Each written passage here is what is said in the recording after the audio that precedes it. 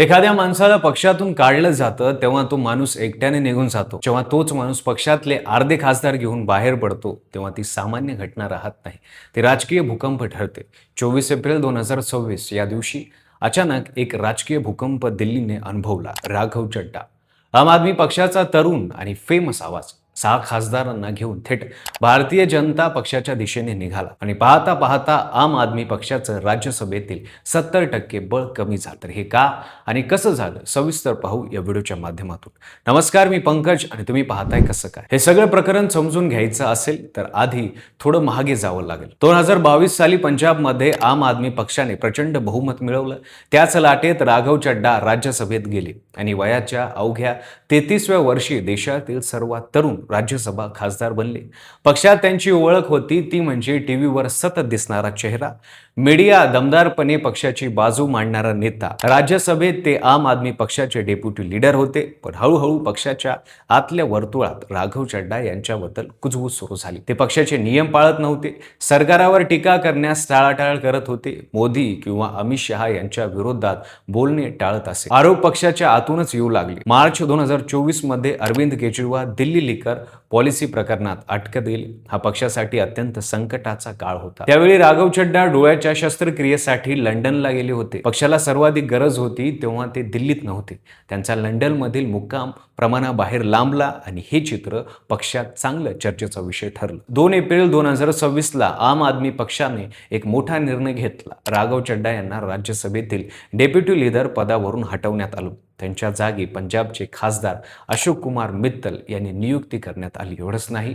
राज्यसभेत राघव चड्डा यांना जो अतिरिक्त बोलण्याचा वेळ मिळत होता तोही काढून घेण्यात आला. हा पक्षाचा संदेश स्पष्ट होता. पण या निर्णयाने खरी कहाणी सुरू झाली. नेमकी या काळात पडद्यामागे वेगळं चित्र रंगत होतं. दिल्लीच्या राजकीय वर्तुळात अशी चर्चा आहे की मागच्या महिन्याभरात राघव चड्डा यांनी केंद्रीय गृहमंत्री अमित शहा आणि भाजपचे वरिष्ठ नेत्यांशी काही गुप्त बैठक केल्या. या बैठकामध्ये एक विशिष्ट रणनीती आखली गेली. राघव चड्डा यांना आपमधून जाताना एकट्याने जायचं नव्हतं. त्यांना आम आदमी पक्षाच्या 10 राज्यसभा खासदारांपैकी 6 जणांना सोबत घेऊन यायचं होतं. कारण जर 2/3पेक्षा जास्त खासदार एकत्र बाहेर पडले तर पक्षांतर बंदी कायदा लागू होतो. म्हणजे खासदारकी धोक्यात येत नाही, राज्यसभेचं सदस्यत्व कायम राहतं. यासाठी एक खासदाराला वेगवेगळ्या पद्धतीने तयार केल्याचं सांगितलं जातं.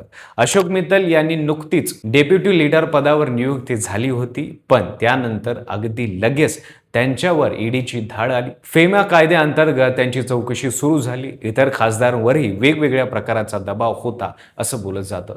24 एप्रिल 2026 रोजी राघव चड्डा यांनी 6 खासदारांसह भाजपमध्ये प्रवेश केला. सोबत होते हरभजन सिंग, स्वाती मालीवाल, राजेंद्र गुप्ता, विक्रम सहानी, अशोक मित्तल आणि संदीप पाठक. 10 पैकी 7 खासदार ज्यांना त्यांच्या जागी नेमण्यात आलं ते आणि पक्षाचे राज्यसभेतील वरिष्ठ नेते सगळेच एकाच वेळी बाहेर पडले.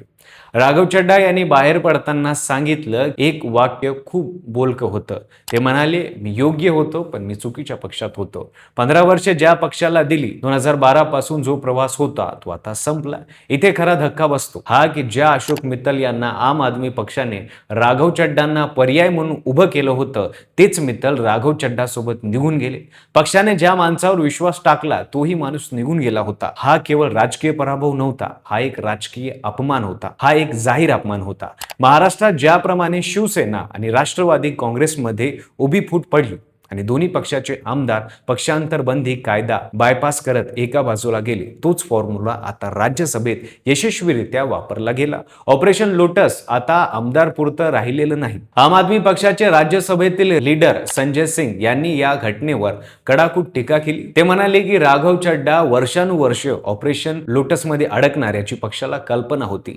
भगवंत मान यांच्या पंजाबमधील कारभाराला अडचणी निर्माण करण्यासाठी हे सगळं घडवण्यात आल्याचा आरोपही त्यांनी केला. पण आरोप प्रत्यारोपापलीकडे जाऊन बघितलं तर परिस्थिती आम आदमी पक्षासाठी गंभीर आहे. राज्यसभेत पक्षाकडे आता केवळ 3 खासदार उरले आहेत. पंजाबमध्ये 2027 साली विधानसभा निवडणुका होतील. अँटी इन्कम्बन्सी आणि आता हे नेतृत्वाचे विघटन हे पक्षासाठी मोठं आव्हान असेल. दिल्लीत मागच्या वर्षी निवडणुका होऊन गेल्या आहेत. आणि त्यामुळे तिथे परतण्याची संधी लवकर नाही. कायदेशीर प्रश्नही उपस्थित होत आहेत.